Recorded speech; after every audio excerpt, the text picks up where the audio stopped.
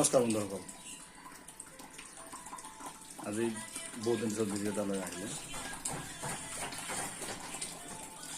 ঈশ্বৰে সৃষ্টি কৰিছিলে মানুহক প্ৰেম কৰিবলৈ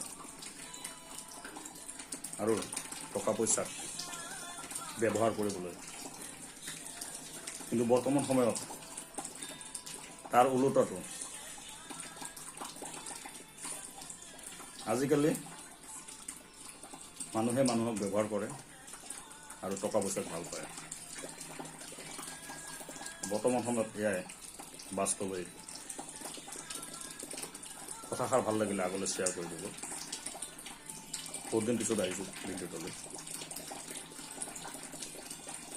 সুপ্ৰভাত, দিনটো আপোনাৰ ভালেই যাওক এয়াই কামনা কৰোঁ উপাৰ্জনলৈ।